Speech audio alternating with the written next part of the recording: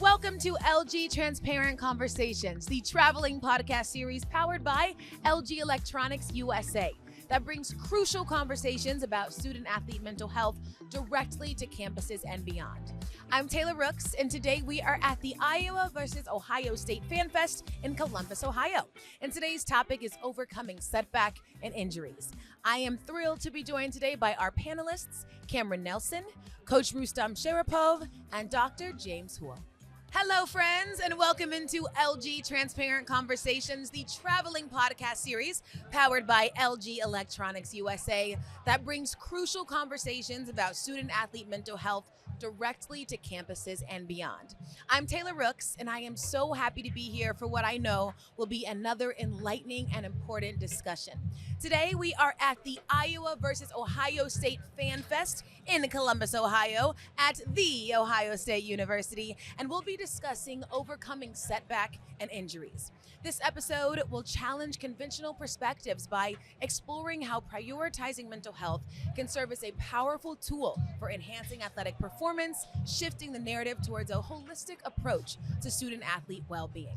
And I am so thrilled to be joined today by our esteemed panelists. Joining us to discuss, we've got Kameron Nelson, Hello. 2024 Graduate and Gymnast at OSU, three-time 2023 All-American, 24 NCAA All-American on floor, 24 CGA regular season All-American, All Big Ten first team, All Big Ten second team, 2022 Big Ten vault champion, OSU Scholar Athlete, academic All Big Ten, and Big Ten gymnast to watch. So many accomplishments, I'm running out of breath.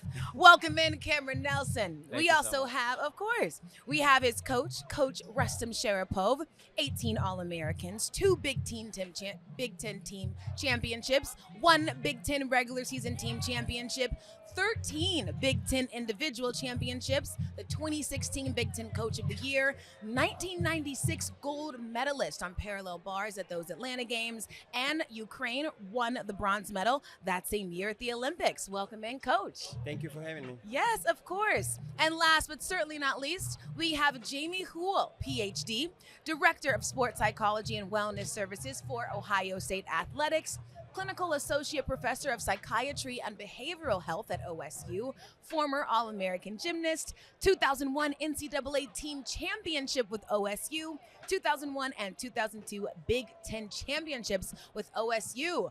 I love it. I'm excited. This is the first all-gymnast panel. Feel like I want to get up and do a flip, but I can't, so I won't.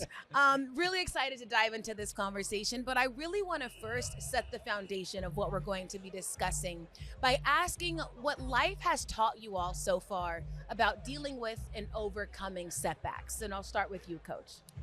No, in my life as an athlete, I had a time where I had an injury and I have to refocus and analyze first what's happened, what's my options, and I try to focus on the stuff what I have control, because most of the time when athletes have an injury, so they trying to focus on the things what they don't have control. How long it's gonna take, is I'm gonna be back as strong as I can. So I think all those things is putting an athlete a little bit in a disadvantage. So you just need to take a pause, and think, okay, things happen for a reason, and how I can take advantage of that time, and what I need to focus. So I think those kind of a key things I would recommend to every athlete. Do not rush into anything, and just focus on what you have control. If it's an injury, so what's your rehab? And I think consistency, your attitude, and your mindset, it's a most important thing, because you have control of those things. So stepping back, taking that time and focusing on the things that you can control, you have learned so far. Yep. I love that. What about you, Dr. Houle? What has life taught you about overcoming setbacks? Yeah, I mean, the reason I'm a sports psychologist is because of that, right? So my sophomore year in high school, I was fortunate to win my first national championship. And then I tried to follow it with what I thought was one of the hardest things to do in sport, is to win another national championship back to back, and I totally folded under the pressure. I thought everybody was watching me, which they weren't. But it led to like hating my sport, hating my coach, not enjoying my sport, you know. So I actually saw a sports psychologist who helped me kind of work through that. And he's the first person I called when I won my second national championship. So being able to get through hard things, it's actually one of the things I'm most proud of in my life. So I think it's that resilience, that ability to keep going in pursuit of a larger goal is important. Wow, and I love that you know, birthed you coming into this career path and being able to help athletes do that same thing. That's really right. beautiful. I love that. What about for you, Kameron? What has life taught you? Yeah, I think growing up, my family has always taught me that setbacks are going to happen. Nothing's ever going to be 100% perfect. So I've usually tried to look at the setback as like just a time to relook at what's going on, learn at what's happened, and just grow from that. I've tried to always take it for what it is and try to learn from it. Sometimes it still gets to me, and I do get frustrated, but yeah, I think over time I've become more lighthearted with setbacks and just I've tried to overcome and learn and just push forward. I would love to hear how you got there. Can you share a personal experience of a time where you had to overcome a setback or an injury? Yeah, one time that I've learned to overcome is throughout when I was in high school. I did a lot of moving through because of the military. And with that, I've had to go to a lot of different gyms and a lot of different environments. And coming into like around my sophomore year, I moved to a gym that I didn't really want to be at anymore. So this was more of like a mental thing for me. And I had to kind of reassess on what it is that I wanted to do, how to learn to love what I was doing again, and just get back into it. It's a process, but yeah. Yeah. You know, I was reading an article that you did about that high school injury, and in it you were discussing how for a minute you didn't feel like you wanted to do the sport. Yeah. You wanted to quit. You felt like it was no longer for you. What did you tell yourself to be able to get back into it? Yeah, when I left, well, I didn't fully leave, but I took a little bit of a break, and I kind of felt like I didn't have anything anymore. So I really had to dig deep into understanding what it is that I wanted. And I had to look at all the sacrifices that my family's made, that I've made to get to where I was in that moment. And then it was just really getting back into doing what I love, not doing it because someone told me to do it, but doing it because I wanted to do it. Absolutely. Dr. Houle, as you hear him telling that story, what are some things that athletes can do to try to overcome that initial disappointment and frustration and really shock after an injury? Yeah, I mean, I think we try not to fight it, right? We try not to do should, have to, what if it had done this, what if that, what if that. We just try to radically accept the fact that this has happened. It doesn't have to be good. It can really suck, actually. But we just kind of accept that it sucks. And then the question is, what do we want to do with that? Like, where do we want to go? And I think when we give ourselves options and choices and empower ourselves to do something that go in a direction we want to go, I think we feel better. It's not going to make the situation better necessarily, but the mindset becomes a little more flexible, a little more malleable, able to do things that are hard. Yeah. For you, Coach, how do you make sure your athletes are able to stay connected and focused even when they're unable to compete? I think the main thing for the athletes, don't just lock yourself and be by yourself. Spend more time with the people who loves you. You know, in our situation, you have a team, you know, and that's what we're trying to. The beauty of our sport, and I'm talking about the gymnastics, no matter what kind of injury you have, you can find the stuff what you can do in the gym. And I think that's the main thing, because when injuries happen, people are trying to kind of blame themselves, and they just, you know, not connecting with the people. So I would say just be close to the people who loves you, you know, your family, and in a college environments, that's your teammates. And because also everybody's different, everybody's have those experience, and when they sharing those experience with that, you know, the first thing what's coming to the athlete mind, oh, I'm done, you know. But it's not. If you look at the bigger picture, again, things has happened, so you cannot change the past. But like I said from the beginning, if you take a pause and say, okay, now I have a free time to do this, so you can sometimes your weakest stuff in your life make it stronger because of this opportunity. So I would say that's what you need to focus, not what's behind you, focus what right in front of you without worried about the future, because that's also another thing, because they start thinking, oh, what is going to happen? What if I'm not going to come back? It's a lot of if. No, you just take one day in a time, and don't try to compare yourself to anybody. You competing with yourself. If you every day better than you been yesterday, that's a progress. Yeah. If I can piggyback on that too, I think the comparison part is really unfair. I think sometimes I think you're sitting in the gym, you're sitting in the pool deck, whatever it is, and you're sitting there watching your teammates doing their thing every day, and you're injured, you can't do it. I've seen a lot of folks really fall into a hole because their thought process is they're getting better and I'm not. The comparison should be, where was I yesterday and where am I today? And if you can keep that internal comparison, they say comparison is the thief of joy. If you can internally compare yourself to where you were yesterday, you can make some serious progress. Does that resonate with your experience? Yeah, definitely. Especially with the comparison part.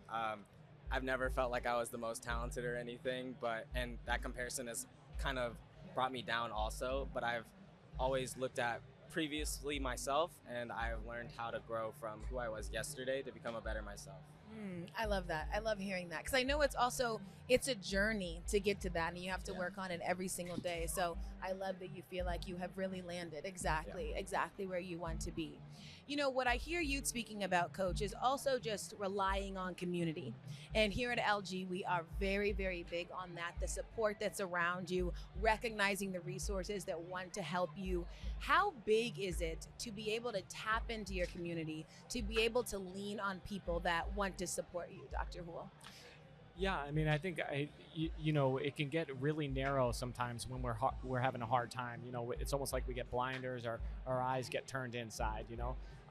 But I talk to folks that have become injured or have a setback, and I say you need to more than ever actually reach out. I mean, it's going to feel awkward, but you need to kind of invite yourself to places and really try to get out, because it's going to be really alluring to just stay by yourself, shut yourself in. And the thing about staying by yourself is you can believe all the thoughts that you're having. But if you're around other people, you can start to actually challenge them a little bit. So I always tell people to get out, get around, don't be by yourself.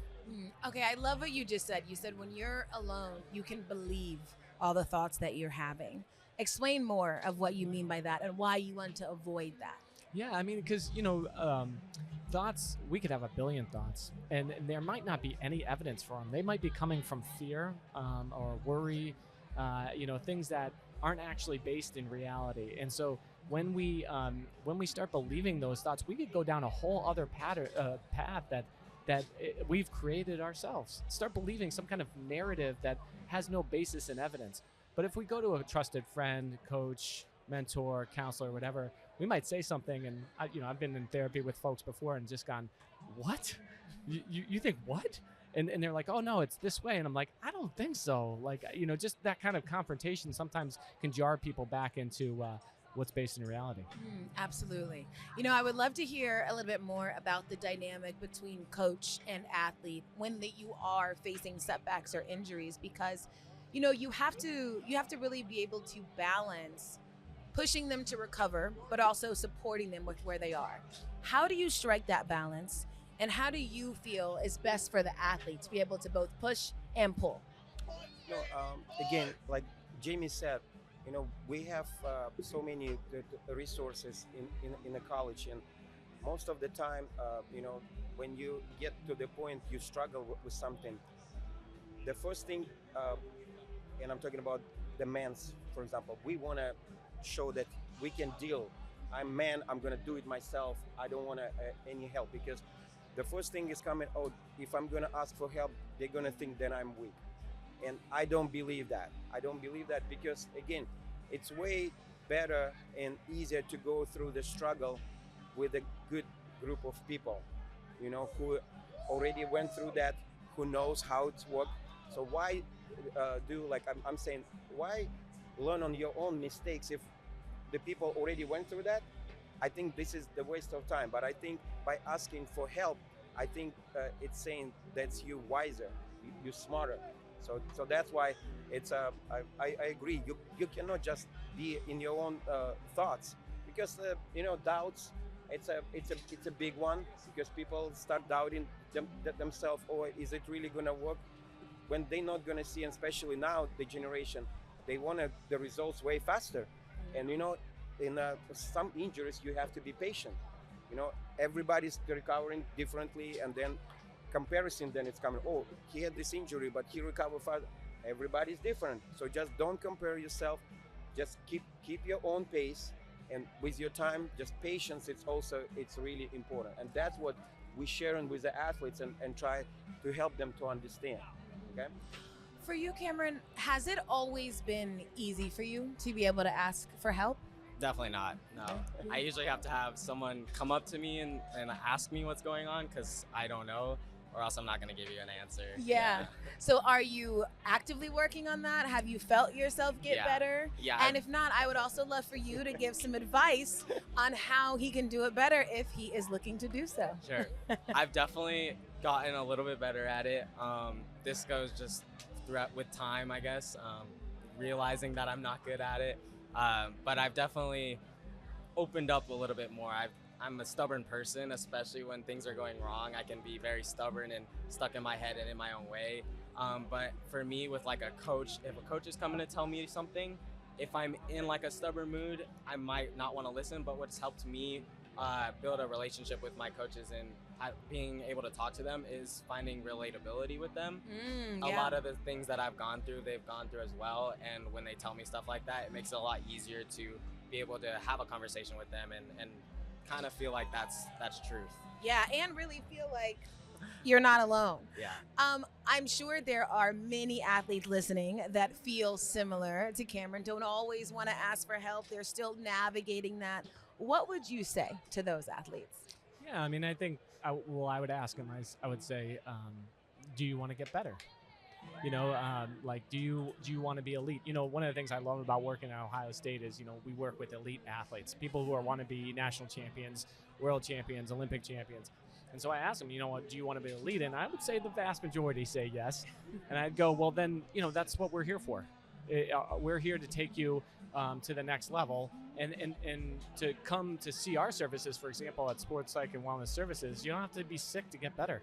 You can come see us. You could be elite as it is, but you're just wanting to hit under pressure or whatever it is. So the other thing I'd say is I work hard, myself and my staff, to be very relatable to Cam's point about, I don't look like a doctor, we there's no more laying on couches here. We're out and about, we're out of our offices, we're at practices, we're at competition. So it breaks down the barriers of asking for help. You might be able to come up to me at practice and go, hey, I got a question about this. And you don't have to come to my office.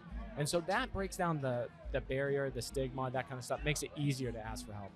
I love with LG when we go to these campuses and we get to meet mental health professionals like you, because it's really great that you are so available to the athletes on the campus. And especially when it comes to something like an injury, there's a very large focus on the athlete getting their body right. But there has to be an equal focus on the athlete getting their mind right. Why is that just as important? Well, your attitude about how your recovery affects the speed of your recovery. So we know that the mind and the body are connected.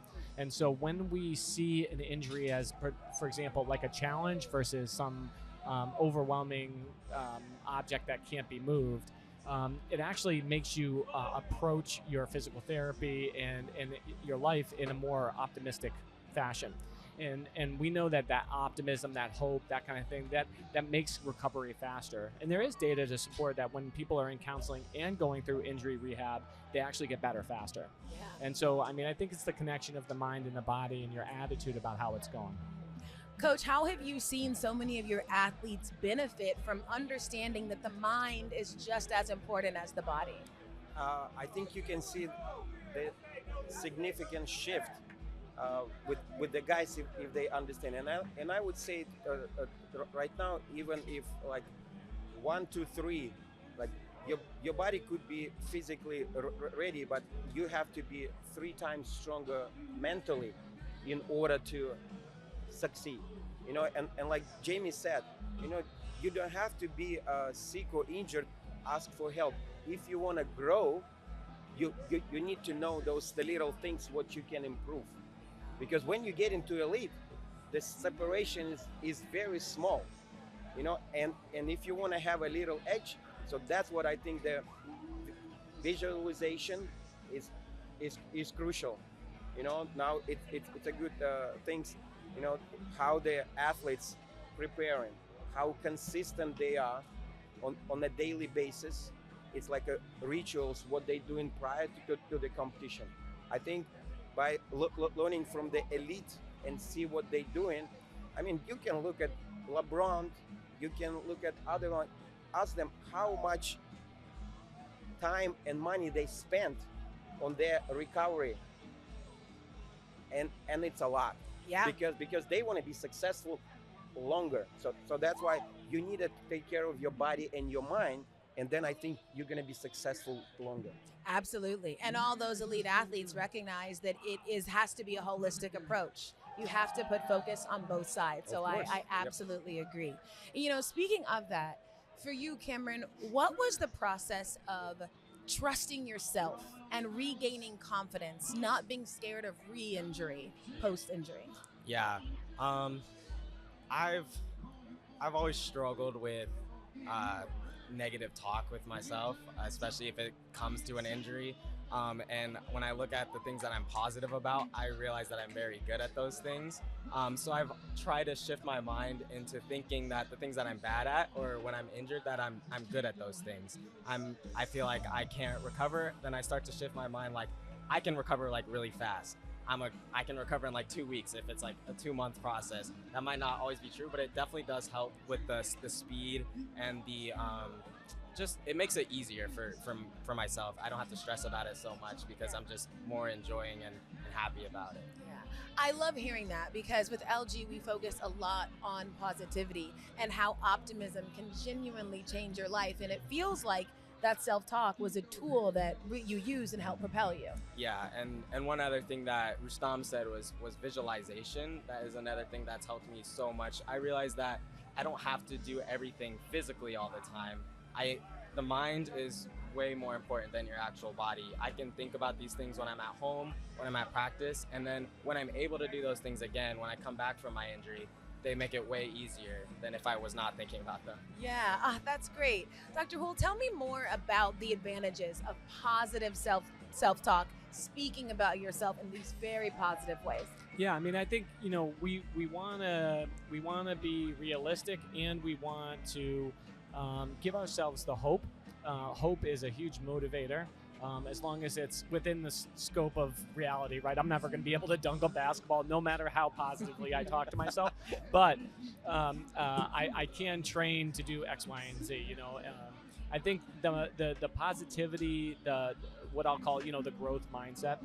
When we see difficult things as opportunities that are going to help us, we are much more likely to achieve those things than if we see them as these difficult things as harming ourselves. So oftentimes when people are sitting with me, I'm observing how they're talking about themselves.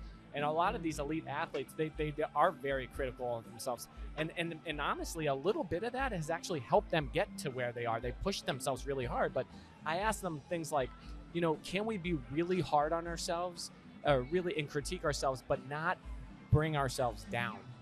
So I need to do X, Y, and Z. Yes, that's true. But can I not say that I'm a bad person or I suck, or these large characterizations that just harm our mental health? Yeah.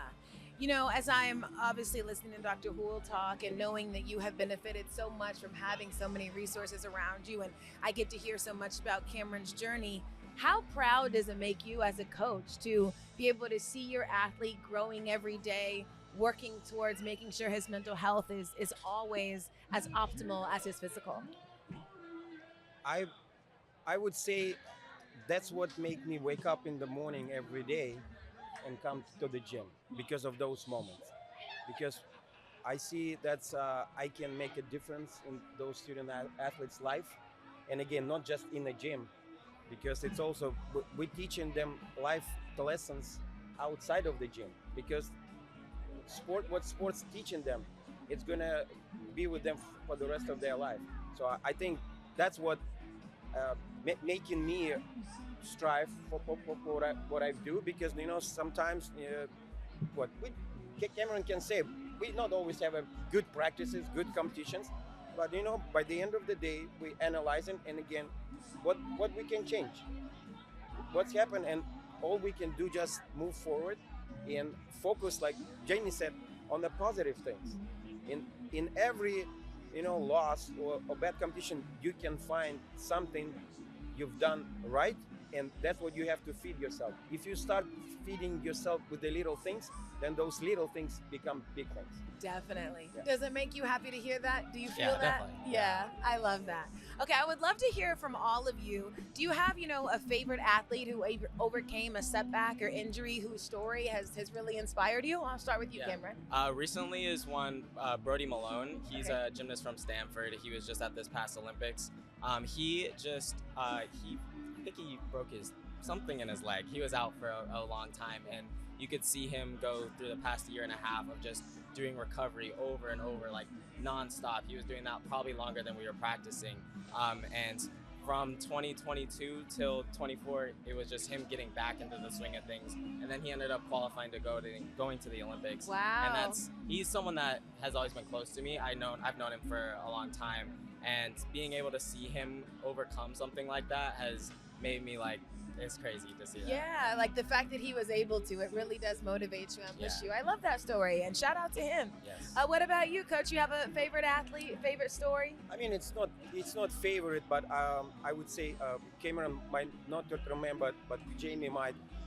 Back in Soviet Union, Dmitry Belozerchev, when he had a car accident, so they basically, what's happened, the doctors didn't find out who he is. They almost amputated his leg, but then somebody recognized him, and they basically from 1,000 pieces put his femur all together, and he was only 16, 17 years old. Wow. And after that, he recovered. He became the youngest world champion, and then later Olympic champion. So that's, and it's so many stories when the things happen and the doctor, oh, you might never gonna play anything.